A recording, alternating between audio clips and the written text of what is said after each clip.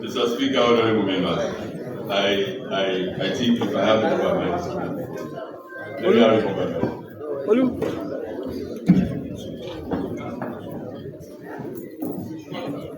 Who are not being the lights, I don't prove I for the mic. Mr. Speaker, honorable members,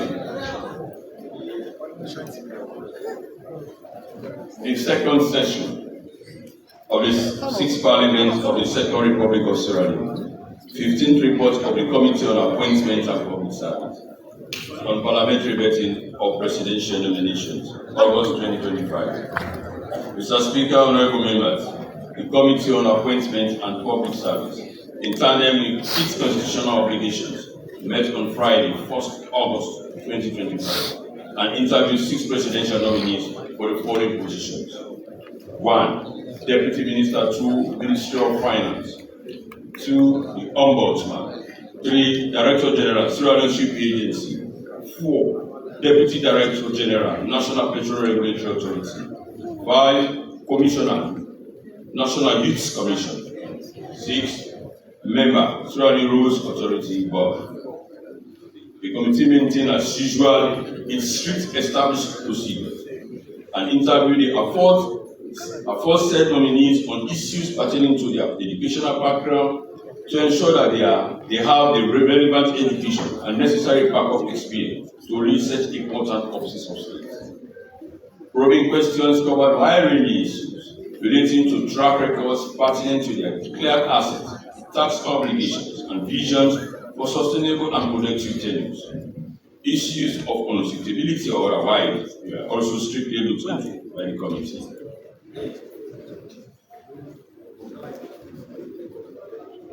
15th sitting of the committee on Friday, 1st August 2025. The committee interviewed the following nominees on oath. 1. Ms. Janet Jabati, proposed Deputy Minister to Ministry of Finance.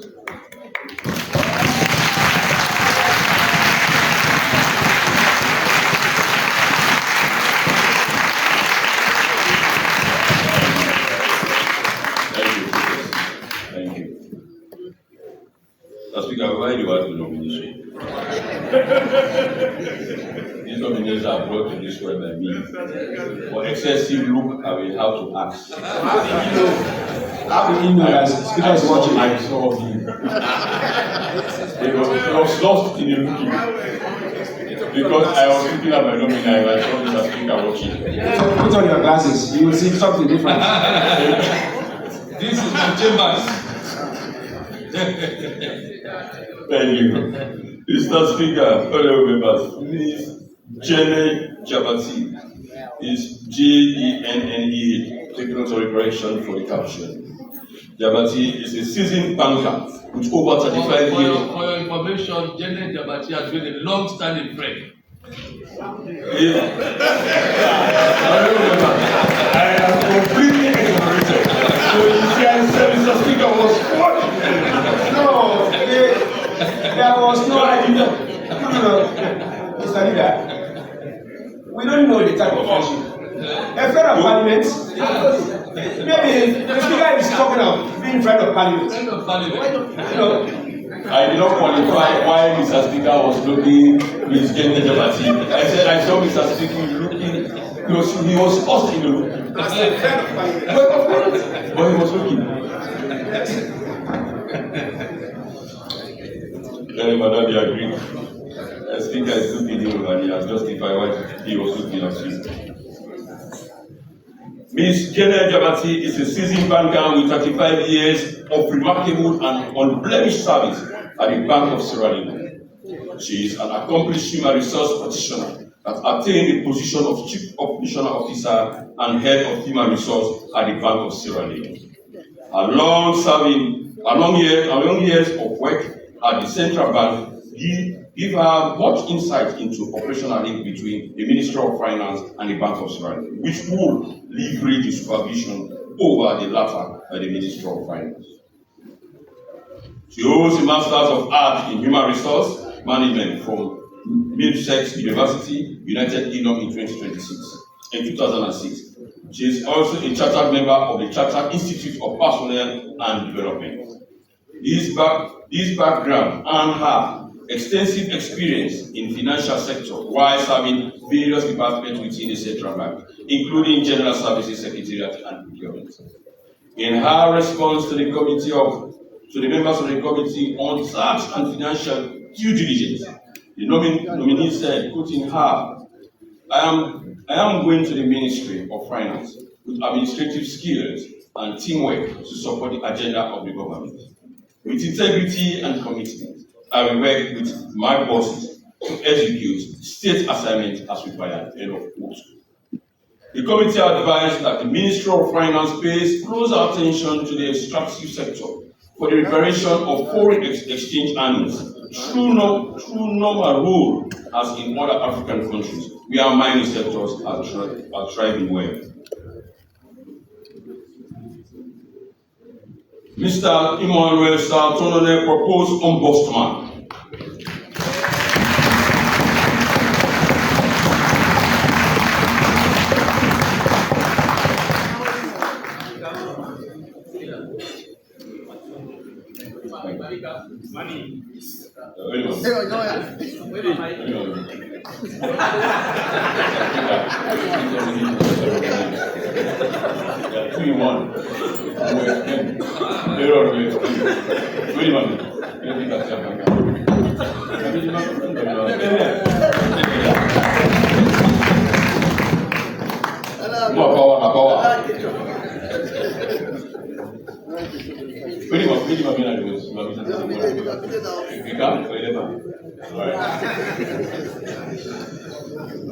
Mr. Emmanuel Sartonone Esquire is a highly experienced legal professional in corporate and commercial transaction, administration, mining, and contract management. He has a strong focus on corporate laws and regulatory compliance in solvency, which he has demonstrated over the past years with analytical expertise during complex legal matters both home and abroad. The renowned counsel holds a master's degree in corporate and commercial law, 2015 to 2016, from the University of Dundee, United Kingdom, a Bachelor of Law with honors, 2003 to 2006, at the D. Montfort University, Leicester, United Kingdom, and is currently pursuing a doctorate degree, PhD, at the same D. Montfort University, United Kingdom. A close examination of his employment record reveals the following. 1. November 2024 to February 2025, Rosa Group as external general counsel, providing legal and company secretarial support, management advisor, performance management, expert among others to Rosa. December 2021 to November 2022, FGCO Limited, legal consultant.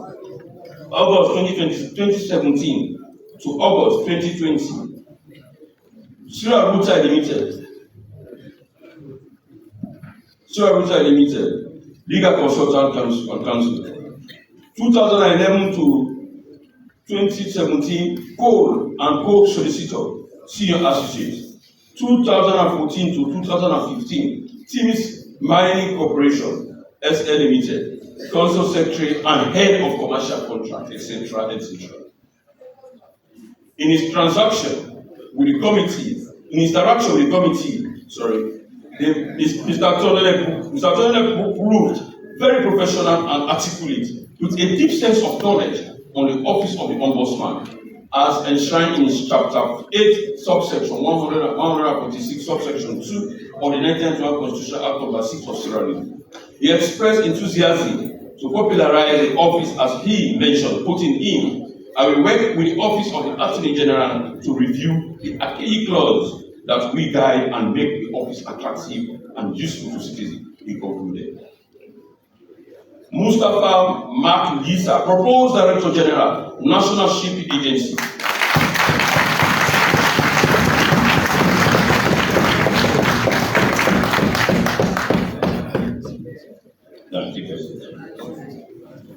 Mr. Mustafa Mark Lisa is a disciplined administrator with over 17 years of managerial experience, with second knowledge in demonstrative leadership skills.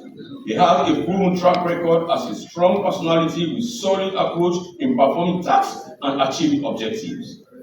He is one of the oldest staff of the said shipping company, where he has gone through the ranks. He holds a master's of Business Administration (MBA) degree with special emphasis on shipping and port administration from the Process University of Costa Rica, and has held several managerial positions. Thus, 2021 to present, Deputy Managing Director, Sierra Leone Shipping Agency, Sierra Leone Shipping Company Limited. 2014 to 2018, member of the Board of Directors, Sierra Leone Seafarers Union. 2010 to 2017, Shipping Manager, Sierra Leone National Shipping Company Limited. 2006 to 2010, Assistant Shipping Manager, Sierra Leone National Shipping Company. Reacting to the future economic and social development potential of the new Merchant Shipping Act of 2025, for the said institution, Mr. List has expressed optimism of more growth over the 2003 period of outdated act, as they outline the benefits of over 40% on inboard and outboard cargo tax for operating companies who economically help the country and shipping agencies. My long years of service at the ship agency will help me execute the mandate of the new act with support from all stakeholders. Mr. Joseph Marala, I propose Commissioner National Youth President.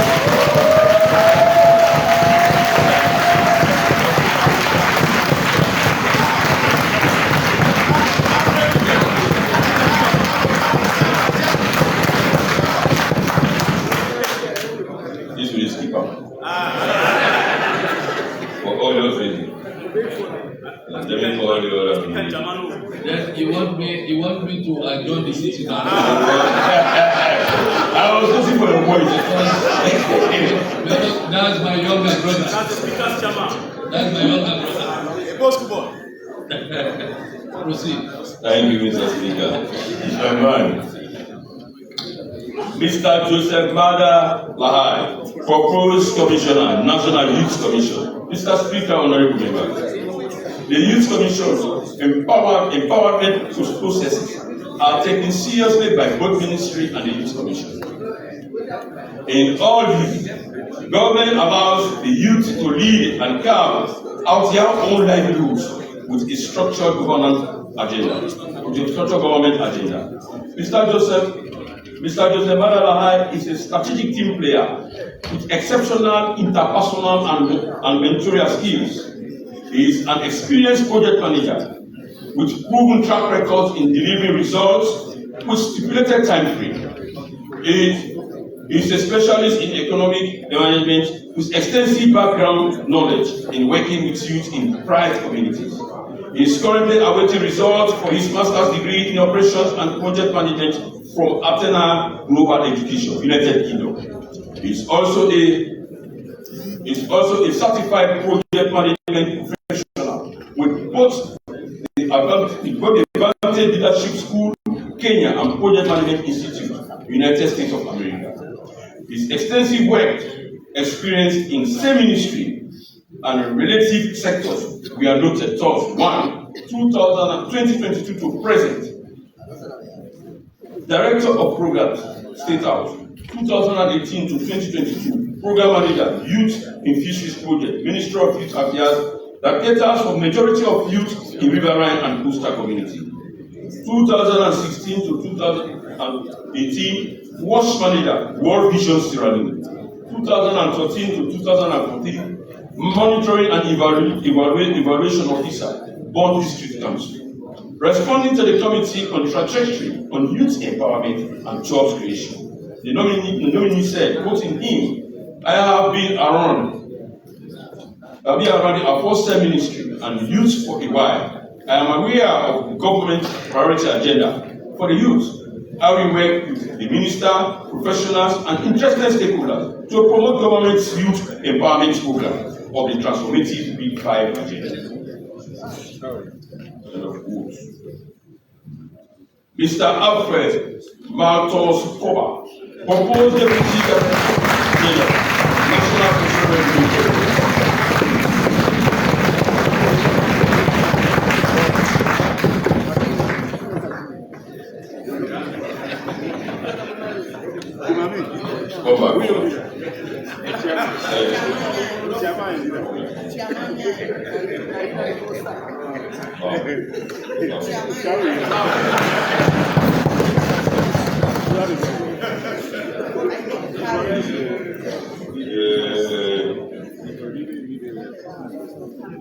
Mr. Alfred Malthus Koba is an analytical petroleum and natural gas management professional with over 6 years experience in Sierra Leone natural gas and petroleum sector. With international oil and gas experience, he has proven track records in conducting in-depth market analysis, developing supply-demand forecasting models, monitoring regulations, and infrastructure and pipeline development that impact on industrial pricing and availability. The committee noted that retention of such a professional is vital for the oil and gas sector. Mr. Koba has a master's degree, LLM, in international oil and gas law and policy from Dundee University, Scotland, United Kingdom, 2023. He also holds a Master of Business Administration, Petroleum and Natural Gas Management from Amity University, Noida, Uttar Pradesh, India, 2023, and other certificates in marketing, operations, and logistics management to his credit. With regards work profile, the nominee has exhibited leadership roles towards 1 in 2019 to 2023, head public affairs and communications, national communications, then we call NATCAM, now NATCAM. 2018 to 2019, head prime product sales and marketing, Montra Gas Sierra Leone Limited. 2017 to 2018, head of operations, MyPay Electronic Payment Services, subsidiary of Afcom Sierra Leone Limited. 2011 to 2017, country manager, Vodacom, Business Africa Sierra Leone Limited. 2008 to 2017, head transaction banking, wholesale banking, Standard Chartered Bank.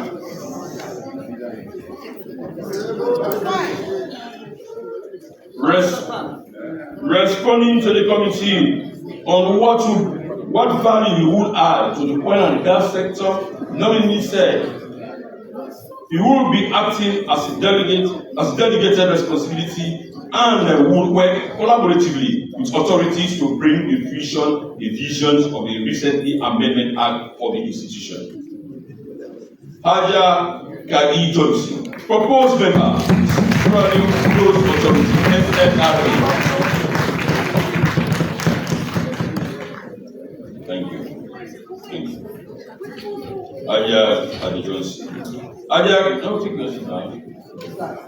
Haja Kadi Johnson is an accomplished broadcasting journalist with over 4 decades in uncovering stories that drive social change and policy reforms. She specialized in data-driven reporting, multimedia storytelling, and building trusted sources network across diverse communities. She is well known for producing award-winning series on both radio and television for national broadcaster, then SABS, now Israeli Broadcasting Corporation, SABC. She has spent all her professional life in Israeli Broadcasting Corporation from 1986 to date. Her dedication, uprightness, and commitment to duty and her several awards nationally, including professional awards in 2017 and the Justice of Peace Award in 2002. The committee endorsed her remarkable national service as worthy and recalled instances where the commanding voice of the nominee swept through the morning and evening airwaves of SABC on concerning issues especially related to gender. In our response to the committee on the work of the SRE board, She said, quoting her, I am going to the board to learn and work closely with other members and the administration to execute the mandate of the institution as the Act establishes, she concluded. Recommendation, Mr. Speaker, honorable members. The committee unanimously adjudged the foreign presidential nominees to be adequately qualified for their proposed appointment and are therefore recommended to this House for approval. 1. Ms. Janet Jabati, proposed Deputy Minister 2.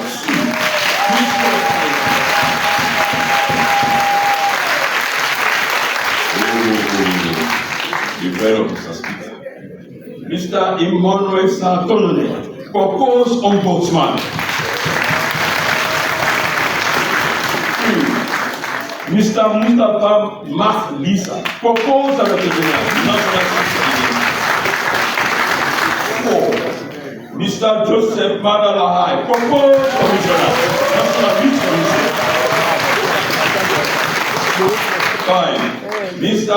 Alfred Martos Koba, proposed Deputy Director General, National Security. Last but not the least, in the morning and in the evening, Haja Kari Johnson, proposed member, Trolley Rules Authority. Conclusion. Mr. Speaker, honorable members, we aforesaid read to this House. I therefore move that the 15th report of the second session of the Committee on Appointments and Public Service be adopted by the House, and the recommendations contained therein be approved. Read by the GP, the Chairman of the Committee, representing the people of Bukaka Jamagonamayama, the capital city of SFPB, the stronghold of SFPB, gone from delegates conference. So energized, presented by Honorable Member to Salima, to this whole house. I thank you, Lord.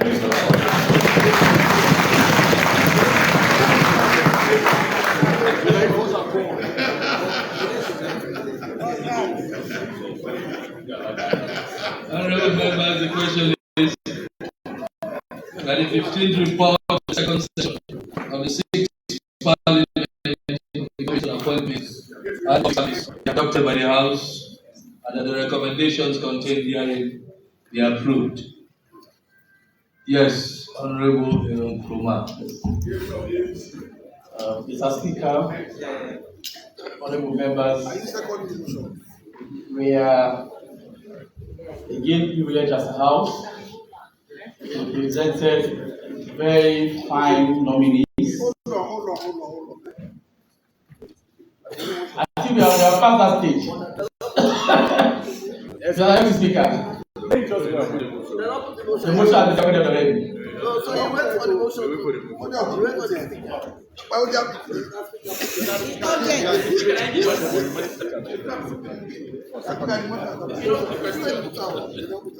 Oh, it was not seconded. Ah, yes. Who is the second? I don't second, Mr. Speaker. Yes.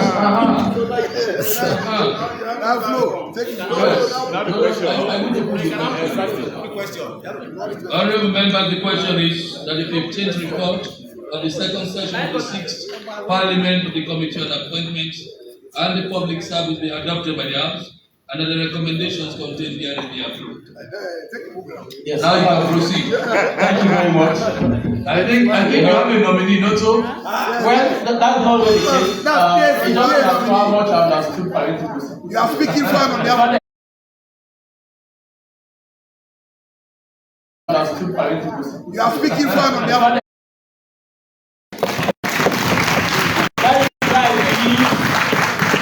that having a woman who has served for over 35 years in the monetary policy sector of this country, which is the Bank of Leone, I see a transition from the monetary to the fiscal sector of our economy to be a seamless transition.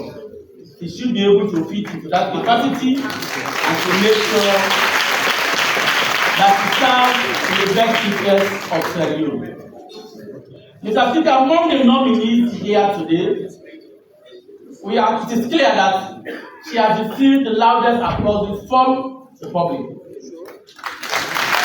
there's a saying that says,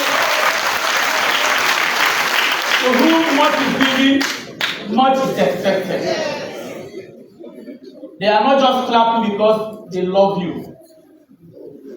They are clapping because they are expecting so much from your services. And as a result, we are craving on you, even though you are going to serve as deputy. But history or previous deputy minister of finances too have mostly been in charge of expenditure management. And if that role is going to be assigned to you, it is our wish that you make sure that those MBAs that are service driven, those MBAs that provide services that has to do like health, education, water services, agriculture, and other sectors are given adequate resources. And not just adequate resources, but they are also make timely disbursement to those sectors. Because that has been the perennial issues that is affecting MBAs in Sierra Leone. When projects are presented in this house, they will say what 50 or 60 billion we are allocated to MBA. But Mr. Speaker, when you can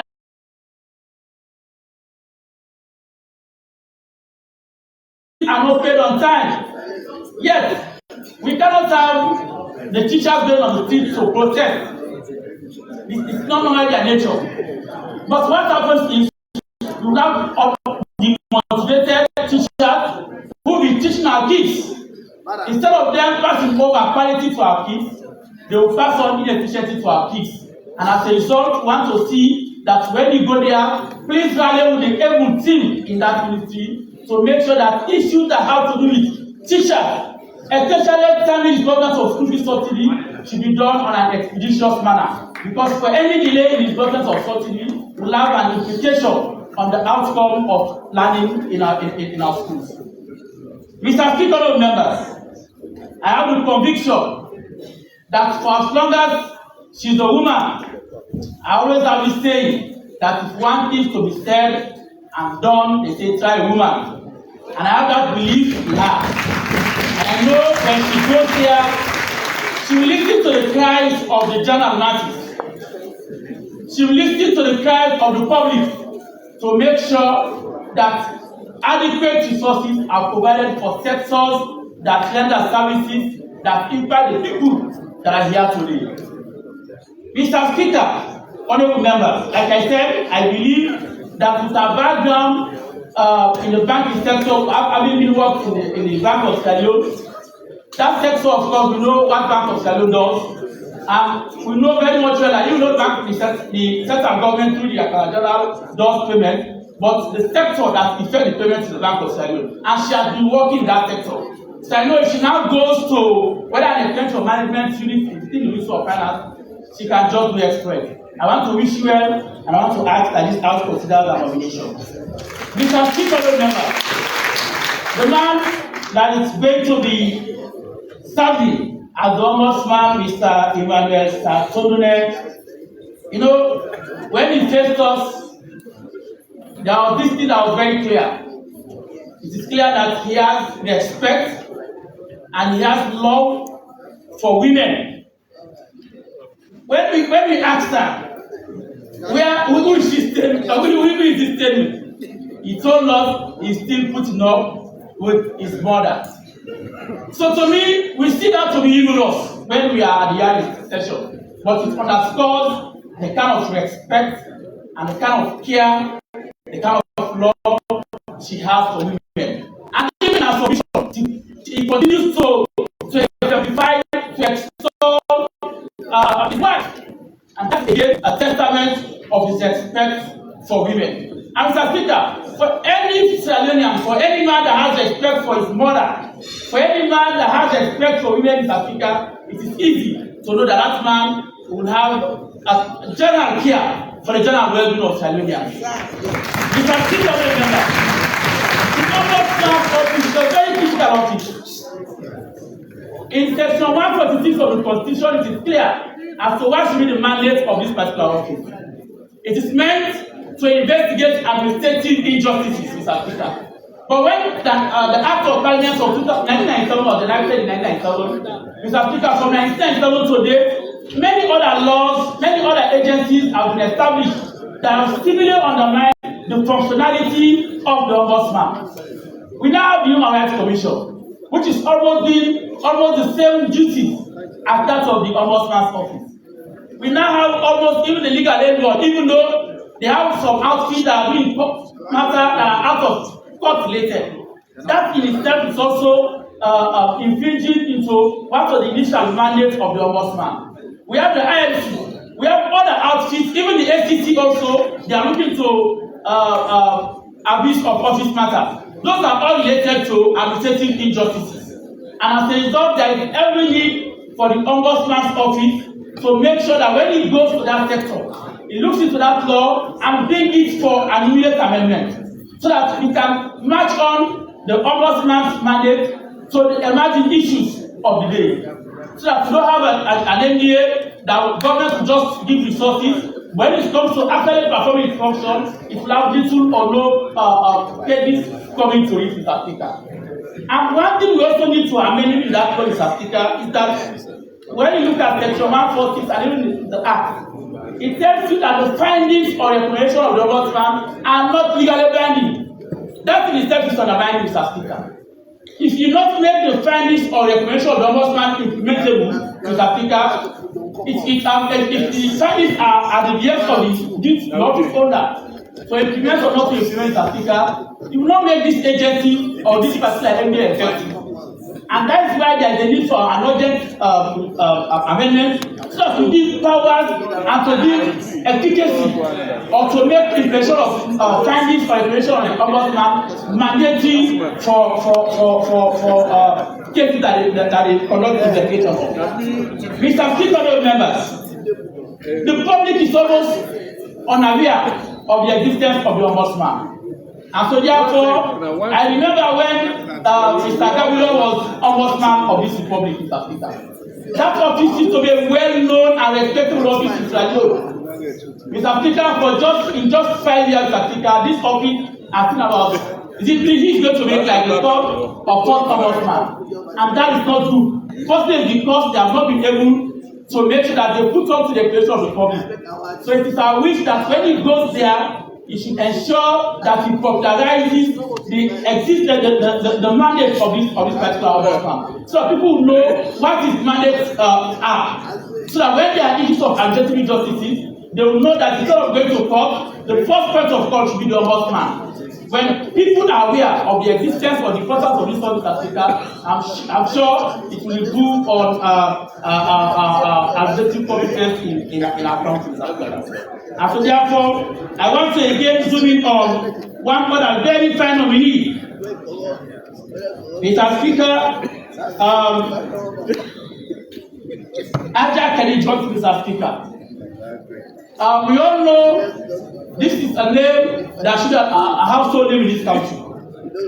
She has lived all her life serving this nation.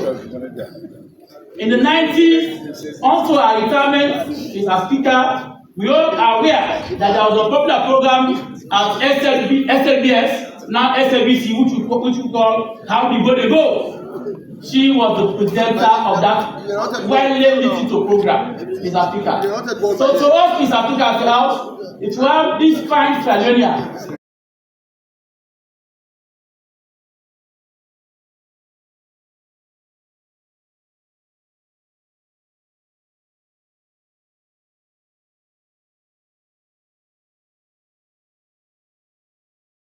Dedicated manner, it is but fitting that we just say thank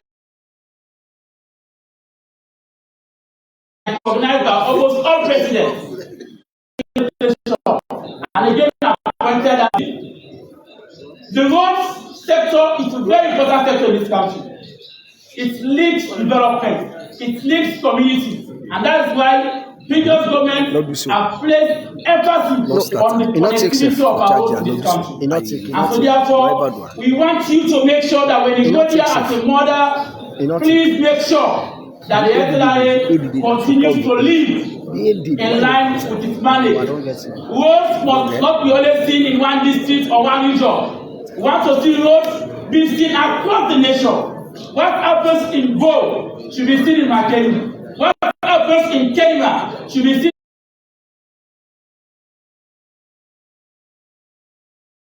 Mamadase to the structure also. That is also very important. As it is, Mr. Speaker, when someone wants to go to Kenima, coming from Kono, if you want to fly on good road, you have to pass through Makeni. You come to Bo, then you go to Kenima. Mr. Speaker, that is very, very long, Mr. Speaker.